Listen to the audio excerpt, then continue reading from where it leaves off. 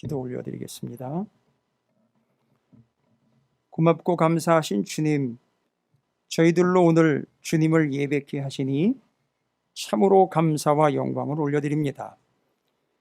이제 주님을 주 나라, 하나님의 나라, 생명으로 이끄는 나라로 인도하여 저희들의 소속과 삶을 분명케 하셨으니 죽어지고 썩어지고 사라져 없어질 것들로 우리의 목표와 삶의 인생의 가치를 삼는 자 아닌 영원한 것, 사라지지 아니하고 썩지 아니할 것으로 우리의 삶의 목표와 방향을 삼게 해 주시옵소서.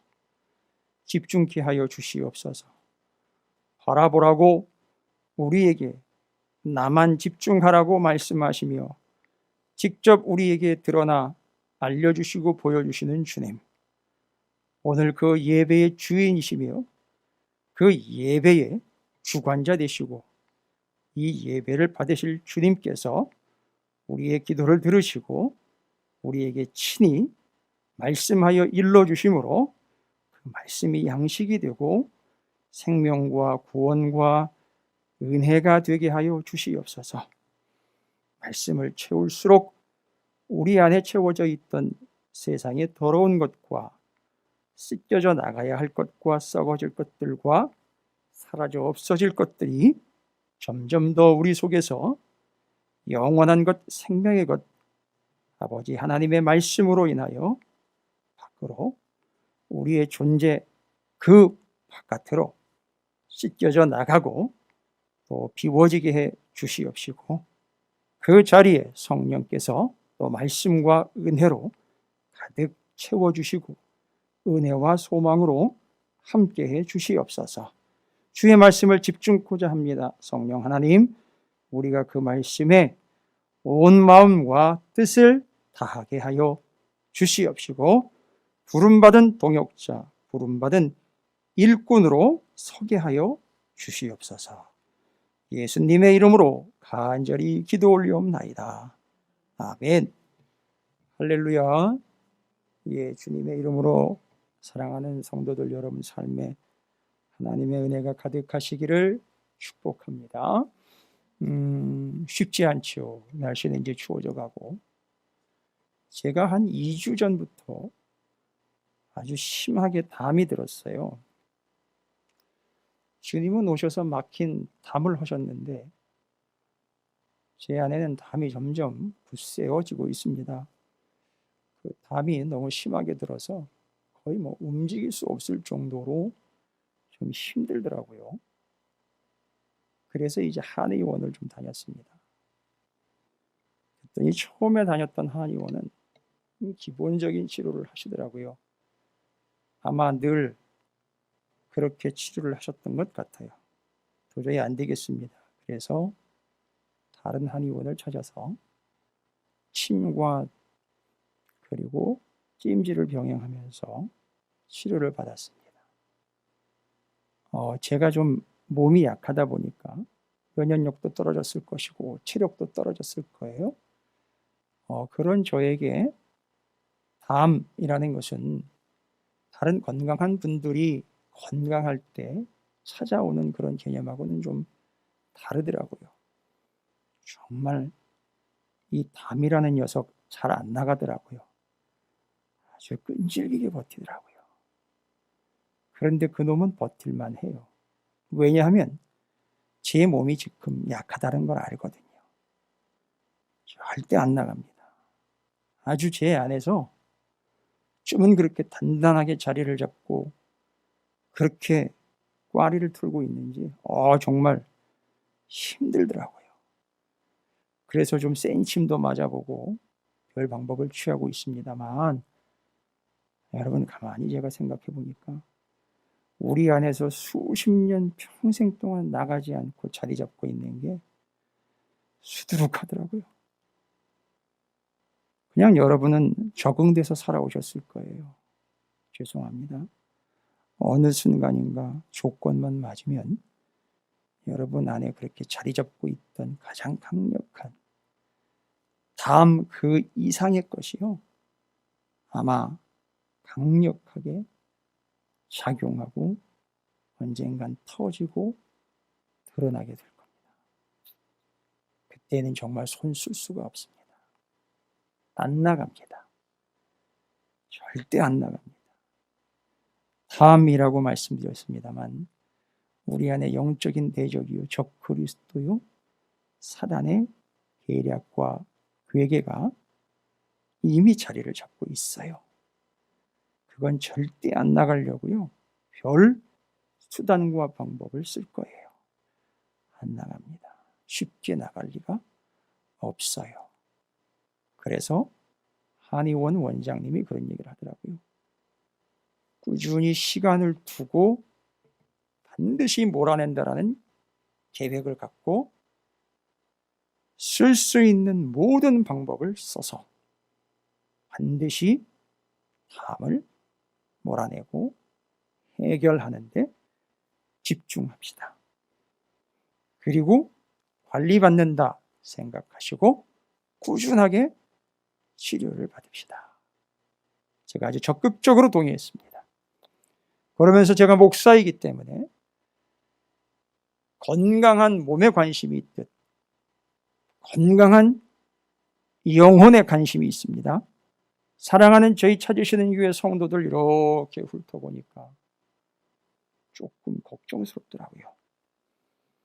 어느 순간인가 여러분이 차에서 내리다가 괜히 한순간 삐끗하면서 담이 콱 드는 순간 여러분 큰일 날 일이 발생이 됩니다. 움직이지 못하고 멈춰버리다 그대로 떨어진다든지 다친다든지 쓰러진다든지 할 수가 있어요. 여러분 담은 잠시 우리의 몸을 불편하게 하지만 영적인 대적자들은 우리를 불편하게 하는 게 아니라 불구로 만들려고 합니다. 절대 움직이지 못하도록 하려고 합니다. 여러분 깨어서 근신하시고 성경에 나와 있는 그대로 권면합니다. 정신 차리십시오. 어느 순간 그게 터지는 순간 종잡을 수 없이 여러분의 인생뿐만이 아니라 영혼과 구원의 문제들에 심각한 타격을 입을 수가 있습니다. 시간을 두시고 믿음과 확신을 가지시고 관리받으신다 생각하시고 여러분 겉모양의 피부만 관리받으면 뭐합니까? 체중만 관리받으면 뭐합니까? 하지 말라는 얘기가 아닙니다. 그것보다 더 급하고 그것보다 더 중요한 것이 있습니다. 터지는 순간 끝나게 될 그것, 바로 영적 담이 여러분을 쓰러뜨리지 못하도록 충분한 시간과 계획과 믿음과 방법으로 우리 안에서 조금씩 치료할 것은 치료하고 몰아낼 것은 몰아내고 막아야 할 것은 막아내시기 바랍니다. 아니라고 하지 마세요. 그것 때문에 걸려요. 그것 안일한 그것 아니라고 하시는 그것 때문에 언젠간 넘어집니다. 그걸 저는 영적인 담이라고 불러요.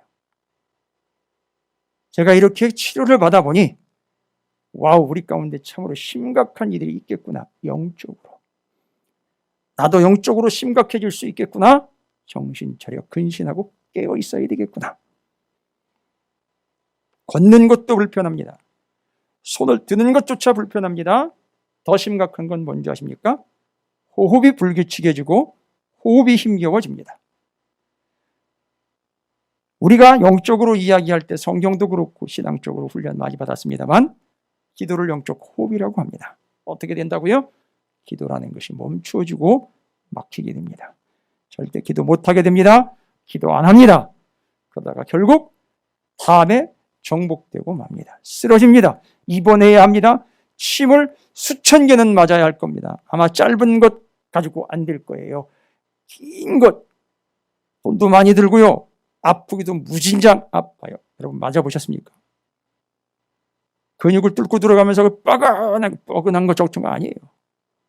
온 몸이 얇고 그 아주 얄쌍한 침에 의해서 온 몸이 전율을 느끼게 되는 거예요. 그걸 즐기는 사람 별로 없더라고요. 엄청나게 짜릿짜릿하고요. 예? 짜릿짜릿? 엄청나게 전기가 오면서 온 몸이 자지러집니다. 여러분, 그때가 오기 전에 여러분 안에 있는, 여러분을 멈춰버리게 만들 수 있는 영적 대적들을 서서히 몰아내는 일에 신경 쓰지 않는다면 우리는 그것들에게 당할 수밖에 없습니다. 호흡이 멈춰집니다. 그럼 어느 순간 호흡이 멈추는 순간 죽는 겁니다. 영적 담, 나도 모르는 사이에 와버리죠. 기도가 줄었습니까? 영적 담이 이미 와버린 겁니다. 예배가 엉망입니까? 이미 심각한 상태에 와 있습니다. 하나님 앞에 예배하는 것과 헌신하는 것과 기도하는 것과 말씀과 진리와 모든 것들에 대한 나만의 방식이 이미 결정되어 있습니까? 굳어진 겁니다. 정신 차려 깨어 근신하시기 바랍니다. 그것이 여러분을 잠식해가고 있고요. 점점 굳어지고 말라가게 만들고 있습니다. 오늘 이 예배가 여러분의 뻣뻣해진 근육과, 물론 영적 근육을 이야기합니다. 여러분의 막힌 혈관들과 여러분의 고착화된 생각과 여러분의 습성화된 악한 것들의 막힘.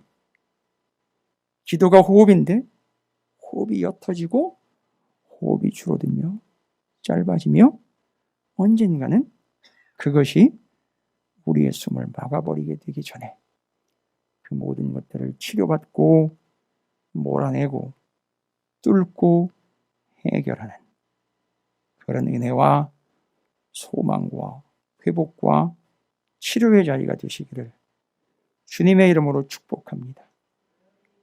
목사님 뭔 주일날 그렇게 대단하게 성도들을 또 뭐 한의원에 다녀온 거 가지고 그렇게 심각하게 얘기를 합니까? 주일날에는 애들도 있고 어른도 있는데 그냥 편안하게 웃으면서 좀 즐겁게. 죄송해요. 담에 걸려보니까 즐겁지는 않더라고요. 그래서 제가 별의별 거 다 겪어봅니다. 제가 하나님한테 한마디 좀 불손하게 대들으면서 얘기하며 질문한 적이 있어요. 뭐라 그랬느냐면, 하나님 제가 그렇게 만만하십니까?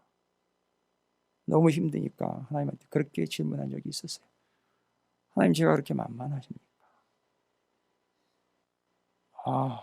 근데 그 질문이 제가 이미 전한 말씀이더라고요. 뭐요? 하나님이 쓰시기에 편한 사람. 만만해서 옆에 놓고 딱 들고 이런 게 담이야 라고 보여주면요, 여러 성도들이 보고 어떻게 해요? 저런 거구나, 정신 차려야 되겠구나 할 때 저를 쓰시면 되잖아요. 제가 거기 걸려들어 있으니 뭐 빠져나올 수가 없죠. 여러분, 우리 그 결림과 걸림과 마비와 고통으로부터 헤어나시기를 주님의 이름으로 축복합니다. 제가 비록 약하고 연약하지만 도와드리겠습니다. 그런 부분에 대한 하나님의 허락하심이 있으니 도와드리겠습니다. 같이 해결하며 시간을 두시고요. 제가 때로는 왕침을 놓을 때도 있어요. 때로는 왕뜸이라는 게 또 있더라고요. 맞지는 않았습니다만 어찌되었든 여러분 도울 때 여러분께서 그 영적인 현상들과 문제들을 해결을 받으시고 호흡과 영혼과 혈류와 그 모든 건강의 요소들이 풀리고 원활하게 되어서 영적으로 아주 원기왕성한 여러분 모두가 되시기를 주님의 이름으로 여러분을 사랑하는 담임 목사의 김성호 목사가 간절함으로 축복합니다. 여러분, 우리는 고린도 전서를 통해서 계속해서 교회의 문제, 그 중에서도 교회의 분열, 제일 심각한 문제로 언급을 했습니다만, 교회에 닥치고 있는, 어떻게 보면 교회를 주님의 몸이라고 했을 때에 교회라는 주님의 몸에 담이 드는 현상에 대해서 아마 말씀하고 있는 것 같아요. 어떻게 해야 됩니까? 반드시 해결해야지요. 뚫어야지요. 우리 아이들 키우다 보면 신앙적으로 영적인 담에 들어가 가지고 애들이 마비가 되어 있는 경우를 많이 봅니다. 어떻게 해야 됩니까? 뚫어야지요. 방법이 없습니다. 아무리 애들이지만 그러다가 죽습니다. 오죽하면 애들 회초리로 몽둥이로 두들겨 패도 괜찮다. 죽지 않을 만큼만 때려라. 그리고 깨달으면 오히려 그게 더 낫지 않느냐. 이렇게까지 얘기할 정도이겠습니까? 얼마나 중요한 문제이기. 바로 그 문제, 교회가 갈라지는 문제, 심각한 문제 가운데 봉착하게 되는 것들. 과연 우리 중에는 그 문제를 해결할 사람이 없을까? 왜 없습니까? 계속 얘기했잖아요. 하나님은 하나님이 알아서 주님의 몸된 교회를 손대서 주물러서 풀어서 사용하실 수도 있습니다만, 교회, 주님의 몸된 교회가 그런 문제들이 생겼을 때 어떻게 해요? 그런 영적인 담들을 풀어내고 해결할 수 있도록, 이 땅에서 그 일을 감당하도록 하나님의 뜻을 깨닫고 하나님이 원하시는 방향과 하나님의 치료법대로 치료하고 치유하고 회복하도록 하기 위해서 하나님과 함께 그 일을 감당하도록 누구를 세웠다? 교회에 문제가 생기지 않도록 예방 차원이죠. 교회가 문제가 생겼다면 그 문제를 해결하도록 해결사 차원에서 누구를 세웠다는 얘기죠. 교회 안에. 그렇죠. 하나님의 동역자와 주님의 일꾼들을 세웠다는 겁니다. 바로 이 동역자와 일꾼이 있기에 교회는 문제를 첫 번째 예방합니다. 두 번째 문제가 생겼을 때 그 문제를 어떻게 한다고요? 그들이 주의 명령을 따라 주의 뜻을 따라 어떻게 합니까? 동역자들이 그 문제를 해결합니다. 제가 이제 동역자에 대한 이야기를 중후반으로 넘어오면서 고린도전서를 통해서 말씀드리고 있어요. 이 문제가 별로 민감하지 않게 받아들여진다면 여러분 생각하십시오. 여러분이 나쁜 사람들이 아니라 여러분께서는 아직 동역자가 되시지 않은 거예요. 왜요? 동역자는 같은 테마로 같은 관심이 있는 걸 같이 일하는 사람을 동역자라고 그래요. 근데 아직 하나님과 우리 주님은 교회를 건강하게 세우는 데 관심이 있는데 우리는 그냥 내 몸뚱이나 건강하게 세우는 데 관심이 있어요. 그렇다면 아직 나는 주님의 동역자는 아닌 거예요. 그냥 예수 믿고 복받아 건강하고 부자로 살고 싶은 마음이 있는 사람일 뿐이죠. 주님의 동역자는 아닙니다. 왜 주님의 동역자가 필요하다고요? 교회의 문제를 예방하고 문제가 생겼을 때 그 문제를 해결하는 자가 바로 동역자입니다. 그래서 저는 여러분이 찾으시는 교회에 이제 앞으로 당회도 올 것이요, 앞으로 연말을 정리하면서 한 분 한 분을 체크하고 점검할 텐데, 당회 때는 입교인이라고 불리는 이들이 해당되는 거예요. 임원회는요, 임원이라고 불리는 이들이 해당합니다. 그럴 때 그냥 그 교회 교인 하나로가 아니라 저는 여러분 한 분 한 분이 눈을 시퍼렇게 뜨고 건강하게 똘망똘망 살아 정신 차리고 깨어있는 바로 주님의 동역자 일꾼들이 되셨으면 좋겠어요. 그냥 한 사람의 교인이 아니라 주님의 동역자, 주님의 일꾼이요. 그러면 어떻게 된다고요? 교회의 문제들을 막을 수 있고 해결할 수 있다라는 것이요. 왜냐? 주님이 하시는 일을 그 사람이 함께 할 수 있도록 주님의 영광 가운데 초대하셨기 때문입니다. 내가 하고 싶어도 할 수 없어요. 동역자는 반드시 주님이 어이 나랑 같이 하지 라고 불러주셔야 합니다. 대표적인 예가 누굽니까? 야 나랑 같이 이 일 좀 해보지. 무지하게 많아요. 그런데 아주 대표적으로 제가 그 뉘앙스로 그대로 옮긴 거예요. 야 여기 이 백성들 해결해야 될 문제가 많으니까 너 나랑 같이 이 일 좀 해보지 라고 주님이 그 사람을 직접 찾아가셨어요. 찾아가셨을 때 하나님 앞에 섰던 그 사람은 그 하나님이 어떤 분인지를 눈으로 확인하는 순간 그가 신발을 벗을 수밖에 없었고 하나님의 임재의 상징인 그 어마어마한 불은 꺼지지 않고 계속 타고 있었습니다. 그래서 이건 자연 발생한 불이 아니라 하나님께서 내게 임재하신 거구나 깨달았어요. 오케이, 네가 그 정도로 깨달을 수 있고 알 수 있다면 너는 나의 뭐가 될 만하다? 동역자가 될 만하다. 내가 40년, 80년 만에 너를 찾아왔지만 내게 이 40년은 광야에서의 40년은 그냥 호송세월이 아니었구나. 너는 나와 함께 이 어마어마한 백성 숫자로 세면 거의 장정만 60만 3,550명 싸움에 나가서 칼을 휘두를 수 있는 사람. 물론 그 당시에는 일반 백성에게 칼이 주어지진 않았어요. 철이 그렇게 많이 보급되어 있던 시대가 아닙니다. 시기적으로는. 사무엘의 이야기를 봐도 사울과 그의 가문에서 칼이 하나 정도 있을 정도였으니까요. 그리고 이스라엘에게 있는 그 칼, 철기를 갈려면, 그걸 이렇게 관리하려면 무뎌지잖아요. 어디로 가야 돼요? 블레셋으로 가야 돼요. 그 정도의 시기였습니다만, 어쨌든 그거 얘기하려고 하는 게 아니라, 그렇게 준비되고 하나님께서 같이 백성들 애들까지, 외국인까지 하면 한 200만이 된대요.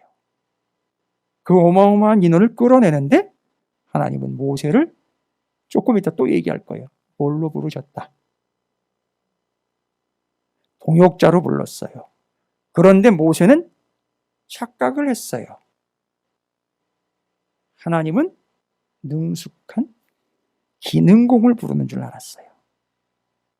그래서 모세가 저 못해요 라고 말할 때 역시 모세에게 또 누구를 붙여줬죠? 동역자로 아론을 붙였어요. 여러분 성경을 이와 같은 관점으로 보시게 되면 어마어마한 내용들이 여러분에게 한꺼번에 습득이 되실 거예요. 참 기가 막힙니다. 저는 오늘 사랑하는 성도 여러분들과 함께 찾으시는 교회가 문제가 없을 수 없어요. 그러나 그걸 바른 눈으로 쳐다볼 수 있고 해결할 수 있고 정신 차려 근신하고 깨어있을 수 있을 진정한 동역자가 되는 일에 관건이니 여러분이 그렇게 되기를 바라는 마음과 믿음으로 교회를 지키는 자들이 되어 동역자와 일꾼의 참된 반열에 서기를 원합니다. 그래서 고린도전서를 통해서 하나님의 동역자 일꾼들에 대한 자격 요건이라고 말해야 되나요? 그런 내용들을 지금 꾸준하게 언급해 주고 있어요. 그러다가 구약 성경도 왔다 갔다 하다 보니까 구약 성경에도 역시 하나님의 동역자들과 일꾼들이 부름받아서 그 일하는 걸 또 볼 수가 있어요. 참 놀랍지요. 첫 번째 제가 언급했을 때 여러분 기억하십니까? 주님의 일꾼과 동역자에 대해서 이야기할 때 고린도전서에서 주님의 일꾼과 동역자의 특징에 대해서 이야기했죠. 주님의 동역자는 그 특징이 바로 거룩하게 구별된 자라고 얘기했어요. 기억하십시오. 한번 떠올려 보십시오.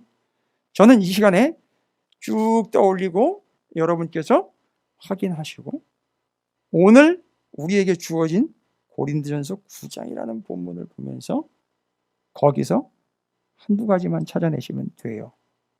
복잡하게 하실 필요 없어요.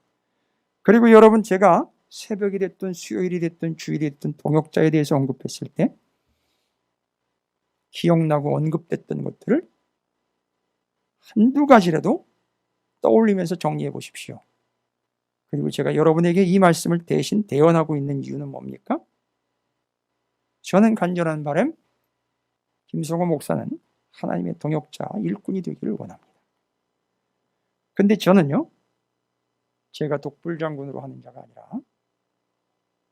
제게도 동역자가 역시 필요합니다. 그럼 하나님은 저에게 반드시 동역자를 붙여주실 거라고 확신합니다.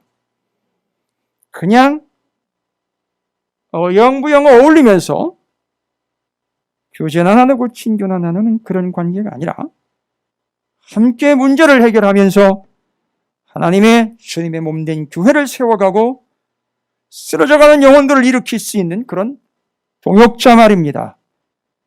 그러기 위해서 그들은 거룩하게 구별된 자야 하고요.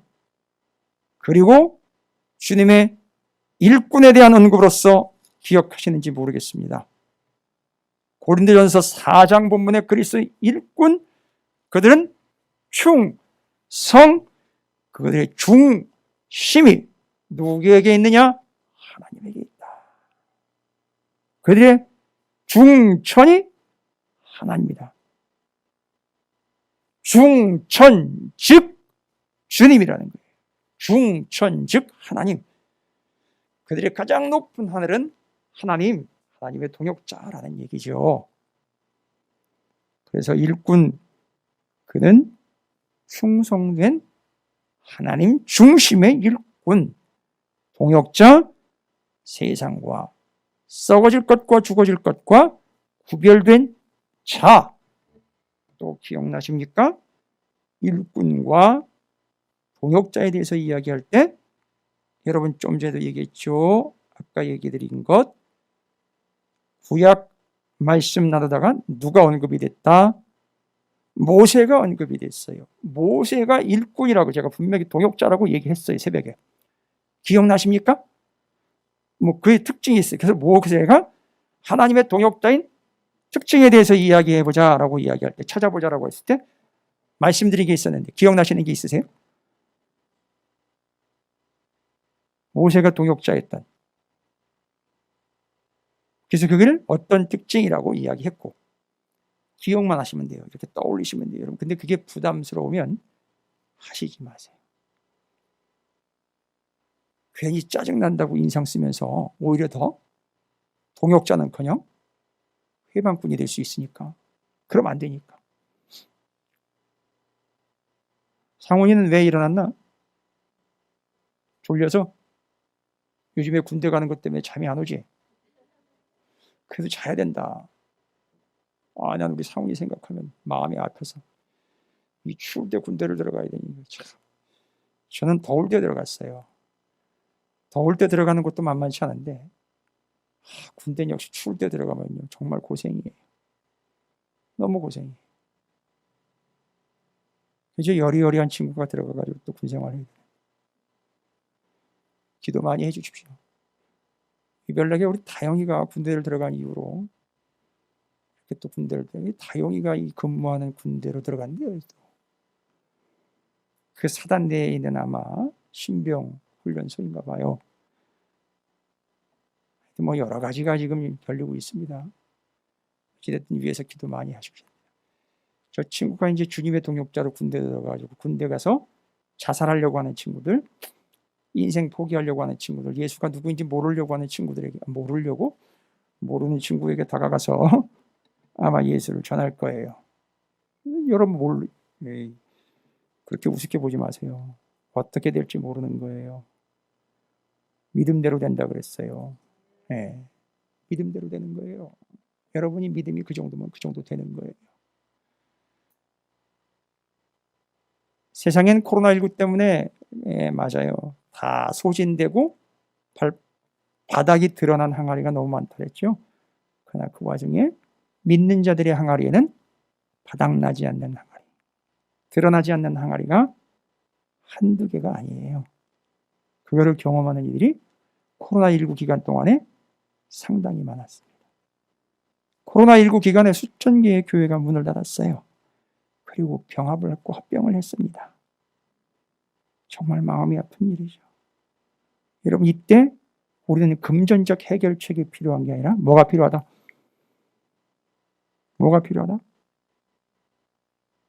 이 코로나19 시대에 하나님의 뜻을 여전히 잃지 않고 함께 이루어갈 동역자가 필요한 거죠.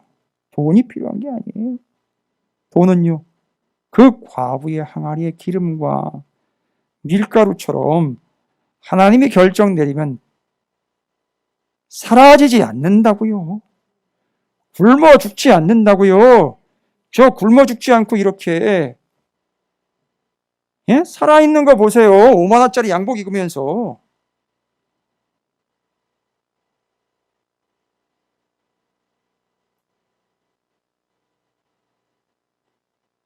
이게 5만 원짜리. 맞아요. 5만 원짜리. 5만 원도 안 돼요. 저는 이걸 하나님께서 하늘에서 떨어뜨려 주신 거라고 믿습니다. 그래서 이런 거 입고 다니지만 절대 굶어 죽지 않습니다. 한 달치 월급 다 드리지만 굶어 죽지 않아요. 살아요. 벽지 뜯어 먹지 않습니다. 그래서 살아요. 왜요? 전 분명히 믿습니다. 제가 하나님의 동역자이기 때문에 하나님 동역자를 굶어 죽이지 않습니다. 왜냐하면 동역자 굶겨 죽이면 하나님 망신, 저 망신, 집안 망신, 가문 망신이기 때문에 절대 그렇게 안 하실 거예요. 하나님의 동역자에 대해서 모세에 대해 이야기하다가 모세가 어떤 케이스인지 어떤 조건인지를 얘기하는데 대답이 잘 안 나와서 여기까지 왔어요. 모세는 하나님의 동역자로서 성실한 일꾼이라고 부릅니다. 왜요? 너 모세는 광야 40년 동안 함께 했지만 안 돼. 가나안 땅, 약속의 땅에 너는 들어갈 수 없어. 네 은혜가 여기까지다. 여기까지 족하다. 이유에 대해서 이야기를 했어요. 하나님께서 뭔 이야기를 하셨는지 대답을 하셨는데 기억하십니까? 너는 가나안 땅에 못 들어간다.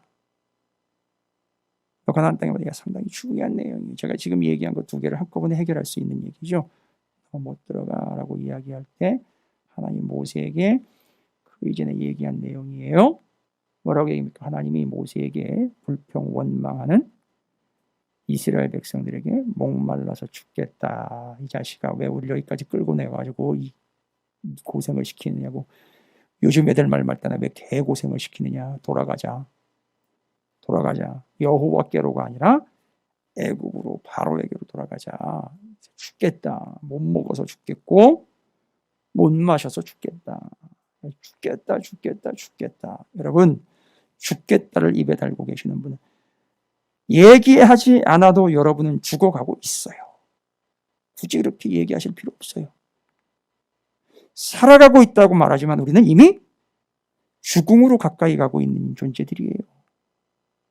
굳이 그렇게 얘기로 떠벌릴 필요가 뭐가 있습니까? 그런데 모세가 그 불평과 원망하는 백성들을 살려냅니다. 하나님 뭐라고 얘기하십니까? 가서 반석을 향하여 명령하라 했는데 반석을 쳤어요. 그랬더니 하나님 뭐라고 얘기해요? 너는 내가 너한테 분명히 반석을 명령해서 물을 내라 그랬는데 너는 뭐 했다? 반석을 쳐서 나의 무엇을 드러내지 못했다? 동역자의 특징. 이해가 되세요? 이제? 성경이 이런 거예요. 마구잡이로 기록된 게 아니라고요. 모세가 하나님의 동역자로서 하나님의 거룩함을 드러내야 하는데 반석을 쳐버렸어요. 그 결과 하나님 뭐라고 얘기해요?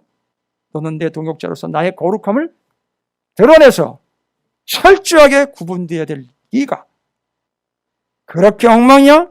너는 절대 들어갈 수 없다. 그 부분에 있어서요. 주님의 거룩함을 드러내지 못한 자이기 때문에 너는 못 들어간다. 모세가 모세임에도 불구하고 가나안 땅에 못 들어갔어요. 그럼 우리는 어떨까요? 근데 이 이야기를 들으면 일반 사람들은 마음이 어떨까요? 실컷 써먹다가 이제 입구에서 버리는구만. 이걸 전문용어로 토사구팽이라고 그러지. 내가 한번 미친 게 흉내를 내야 되겠구만. 이러면 뒤집히는 거죠. 근데 모세는요?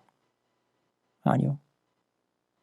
끝까지 이스라엘 백성들이 가나안 땅에 다 들어가고 자기는 들어가지 못했지만 다 들어갈 수 있도록 해놓고 자기는 못 들어갔지만 끝까지 죽을 때까지 하나님의 명령 뜻을 아주 반드시 지켜내므로 이루어내므로 그는 동역자의 역할을 잘 감당했어요. 그걸 끝까지 감당한다 그래서 성실함이라고 말했단 말이에요. 성실한 일꾼. 그리고 그는 온유한 자이며 겸손한 자로서 온유하고 겸손하신 예수 그리스도를 닮은 일꾼이었다라고 말합니다. 그리고 오늘 본문에 얘기합니다. 이제 온유하고 겸손한 자 모세와 같이. 그러나 원래 온유와 겸손은 예수님의 거였어요. 그렇죠? 뭐라 그럽니까? 나는 온유하고 겸손하니 내게 와서 배우라는 거예요. 그런데 오늘 본문 말씀에 고린도전서 9장에서는요. 9장에서 말하고 있는 이들은 무엇을 말하고 있느냐? 사도의 권리에 대해서 이야기합니다. 여러분 엉뚱하게 사도 얘기가 나온 게 아니라 사도는 누굽니까? 사도는 우리가 사도행전에서 수도 없이 배웠고요. 확인했고 점검했습니다. 사도는 누굽니까? 의미상으로 주님을 따르는, 맞습니다. 정답이에요. 주님을 따르는 주님의, 그렇습니다, 제자들이에요. 그런데 주님을 따른다 할 때 정확하게 좀 얘기해 볼까요? 틀렸다는 게 아니라 주님의 무엇을 따르는 겁니까? 따른다라는 말은 순종하는 거예요.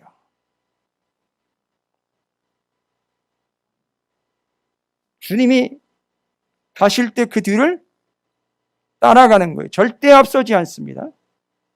주님 오버하지 않습니다. 주님 아래에 있습니다. 그러면 주님은 교회의 머리라고 그랬어요. 이런 거 종합해보면 주님은 우리에게 있어 스승이시고 주관자이시고 사도들은 그 주님을 예 하고 따랐어요. 절대 벗어나거나 외면하지 않았습니다. 순종, 복종했습니다. 그럴 때 그 순종과 복종이라는 거에는 뭐가 담겨 있죠? 상대방의 무엇을 따른다라고 이야기했나? 그때 얘기 다 드렸어요. 주님이 가지고 계신, 그렇지요, 권위, 하나님으로부터 받은 권위를 따른다 그랬어요. 그러면 바로 그 권위를 따르는 자들이 누구냐? 제자예요. 제자인데 주님은 바로 그들을 사도로 불렀어요. 알고 봤더니 뭐 하려고요? 뭐 하려고요? 주님이요. 주의 복음을 전하여 생명을 구원하도록 하는 일을 위해서 사도들을 제자로, 오늘 우리가 사용하고 있는 워딩 언어로 주님의 뭘로 다 부른 거예요? 그렇지, 동역자로 부른 거예요. 따라서 주님의 제자는 주님의 동역자예요. 주의 사도는 주님의 동역자입니다. 그들이 하려고 했던 일이 뭐지요?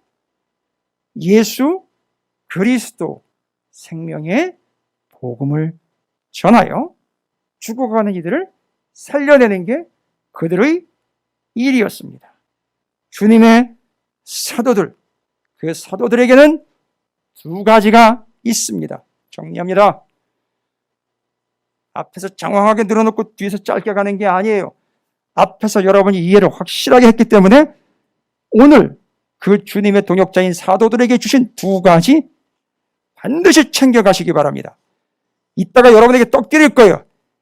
떡 받아가는 데만 정신 빠지지 마시고 반드시 이 두 가지 챙겨가시기 바랍니다. 할렐루야. 주스도 있어요. 주스 먹다가 흘리지 말고 정신 바싹 이 두 가지 챙겨가시기 바랍니다. 주님의 동역자인 제자요 사도들에게 주신 두 가지가 뭐냐? 주님의 제자요 사도들은 주님의 무엇을 따른다? 권위를 따른다. 그래서 동역자인 사도들에게도 주님의 무엇이 부여됐다? 너희가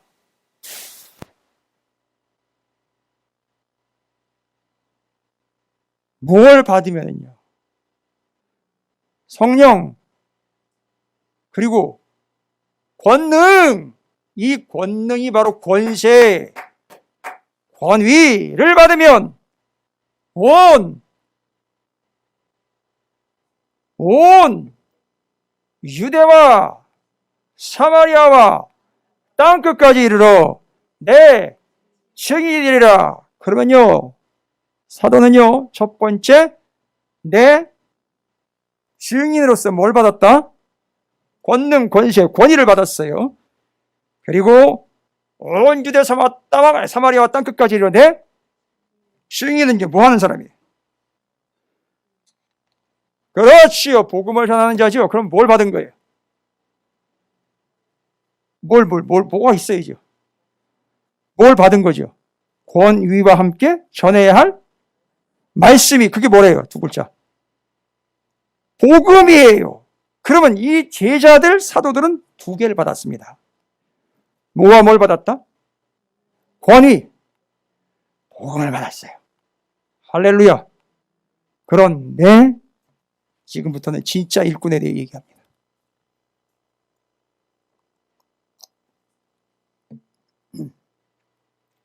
권위, 권세. 그럼 그게 뭘까요? 권위는요? 권세는요? 바로 여러분께서 분명히 얘기하고 있는 헬라어로 엑수시아, 권한이에요. 아주 당연한 겁니다. 당연한 거. 그런데 본문 오늘 제목을 보십시오. 그 받은 권위를 뭐 했어요? 내가 당연히 여러분 뭐 할 수 있습니까? 쓸 수 있어요. 그 권위 중엔 뭐가 있을까요? 권세 중에 뭐가 있을까요? 있어요. 자격이 될 만한 것들, 당연한 것들, 누릴 만한 것들 있습니다. 그런데 그 사도요 주님의 동역자가 특징이 있는데 쓸 수 있다고 마구잡이로 쓰는 게 아니라 쓸 수 있음에도 불구하고 쓰지 않았어요. 고린도에서 이런 일이 있었죠. 우상에게 드려진 제물을 먹을 수 있음에도 누구 때문이죠? 새 가족과 믿지 않는 자들과 믿음이 약한 이들을 위해서 뭐 했어요? 먹지 않았어요. 그래서 어떻게 됐어요? 쓰지 않음으로 어떻게 됐어요? 남았다가 아니라 지금 여기 있잖아요. 뭘 얻었어요? 그 얻었다라고 이야기할 때 9장의 19절부터 쭉 보시면 얻었다, 얻고자 함이, 구원하고자 함이다 라고 나와 있어요. 그러면 얻는 것은 뭐냐? 그들이 그를 구원하는 거예요. 그래서 아까 제가 얘기 드렸잖아요. 여러분 대답 잘 하셨잖아요. 그 사람들 누구죠? 믿음이 약한 자 세 가족, 구원을 얻어야 할 믿지 않는 그들을 어떻게 했어요? 얻은 거예요. 거기 얻었다라는 게 뭔지 아세요? 얻었다라는 말 되게 재미있는 단어입니다. 헬라어로 케르다미오라는 단어인데요.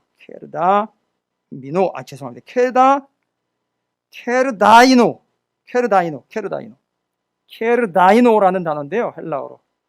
케르다이노, 얻었다라는 말은 뭐예요? 그게 금전적 수익을 얘기합니다. 여러분 통장의 은행 잔고가 얼마입니까? 하루 일당이 얼마예요? 그렇게 움직여서 버시면 얼마나 버세요? 수익은 어떻게 되십니까? 수입은 또 어떻게 되십니까? 한 달간 버시면 또 얼마나 버십니까? 1년 동안 버시면 도대체 연봉은 얼마입니까? 라고 이야기할 때 수입을 얘기합니다. 그런데 여기 말하고 있는 케르다이노라는 단어, 내가 얻었다. 뭐예요? 내게 주어진 권리를 쓰지 않음으로 그 사람을 얻었어요. 구원시켰어요. 그러면 여러분 은행 잔고 통장 10개에 기록되어 있는 그 숫자를 다 합친 것보다 그 한 사람 얻은 것이 더 큰 무엇이다? 수익이다. 수지 남는 장사다. 할렐루야. 그래서 주님이 오셔서 이거 이제 제가 연구 발표해서 논문도 쓸 거예요. 나중에 저한테 사인 받으러 오기 좀 피곤하고 골치 아플 거예요. 미리 받아 놓으세요. 성경에 보니까 왜 이렇게 달란트 비유와 뭘 맡겨 놓으시고 나중에 뭐 챙겨가지고서 이렇게 확인하는 과정들이 왜 그렇게 기록이 많나 보니까 너 얼마 남겼어? 이거예요, 이거. 너 얼마 남겼어? 알고 봤더니 하나님께 주님께서 맡겨 놓으시고 가셨다가 와가지고 계산한 거 보니까 하나님이 주님이 없는 동안에 이 사람이 다른 돈벌이가 뭐가 있나를 챙겼던 거지요.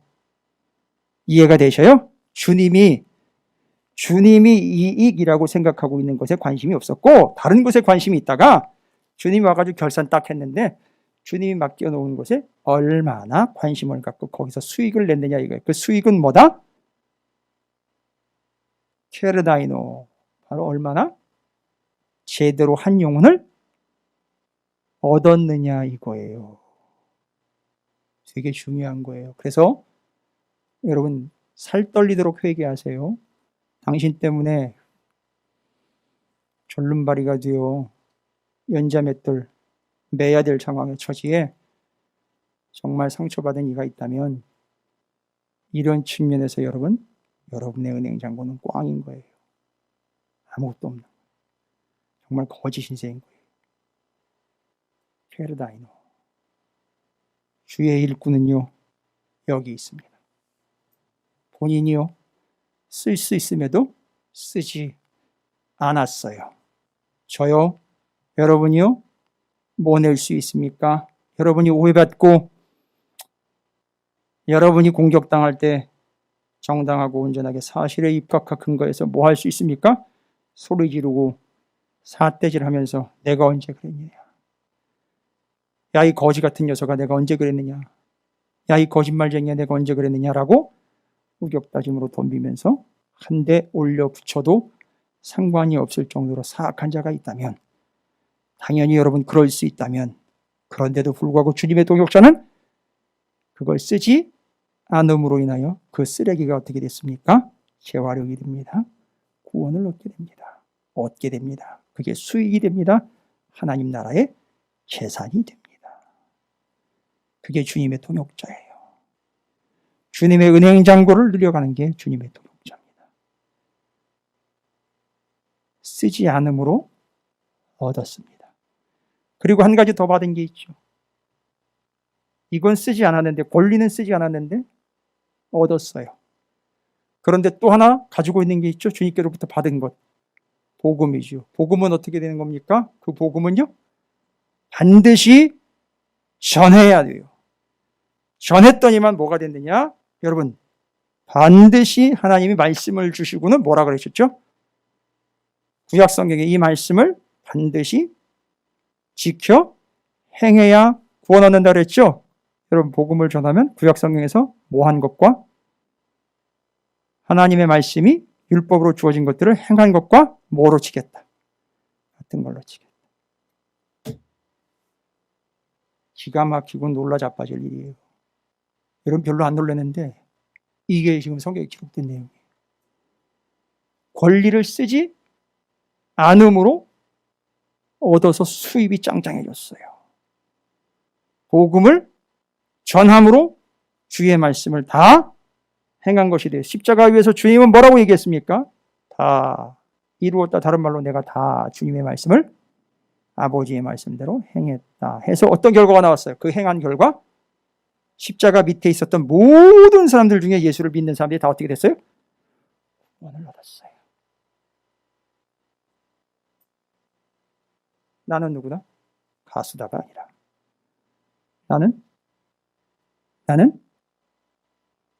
나는 주님의 동역자의 일꾼이다. 내가 쓰지 않음으로 이들을 얻었고 내가 전함으로 다 이루었다. 그럼 앞으로 어떤 삶을 살아야 됩니까? 당연한 것 그거지만 쓰지 않음으로 얻어내고 그 복음을 전함으로 주의 말씀을 이루는 자, 행하는 자가 되어야 한다. 할렐루야. 여러분이 답을 해 주십시오. 이제 나는 주님의 제자의 이 사도로서 일꾼과 동역자로 부름을 받았습니다. 고린도전서 9장이 얘기하고 있는 거죠. 그 사도의 일꾼에게는 주어진 것이 두 개 있습니다. 자격과 복음입니다. 당연히 쓸 수 있지만 나는 쓰지 않음으로 생명과 수익을 얻었습니다. 저는 여러분이 부자 되기 원합니다. 바로 이런 측면에서 말이죠. 그리고 복음을 받았습니다.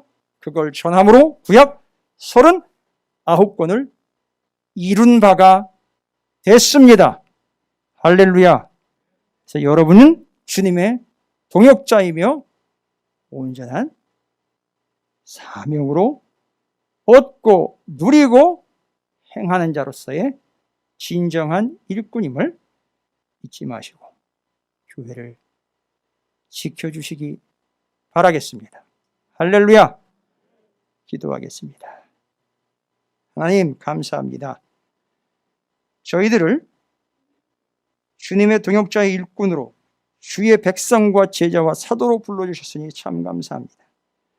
주의 제자가 된 우리가 주의 뜻을 따라 주님이 주셨건만 그 권리를 쓰지 않음으로 얻어서 주님께 수익을 남기는 자가 되었고 주님의 일꾼과 동역자로서 복음을 받아 그 생명의 복음을 전함으로 주의 말씀을 행하는 자가 되었으니 이제 모든 영광 주님이 받으시고 우리는 주님의 일꾼으로 교회를 온전하고 주님과 성도들을 사랑하는 동역자요 일꾼된 자의 삶을 성실하게 살아가는 하나님의 백성과 동역자와 일꾼 되게 해 주시옵소서. 예수님의 이름으로 간절히 기도 올리옵나이다. 아멘.